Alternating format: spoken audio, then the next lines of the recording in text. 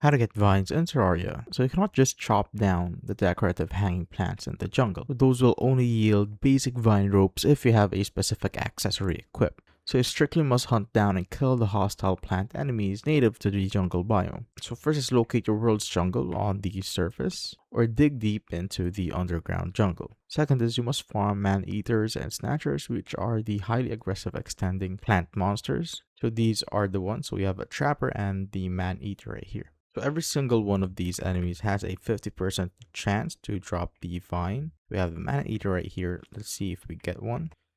So as you can see, we already got the vine right there. So to maximize our farming speed, clear out a wide open area in the underground and place a water candle and drink a battle potion to force massive spawn rates. So you will need a ton of these vines combined with jungle spores and stingers to craft the Ivy Whip, which is strictly one of the absolute best pre-hard mode grappling hooks, or to forge the powerful Snapthorn Summoner Whip. And that is how you basically get vines in Terraria.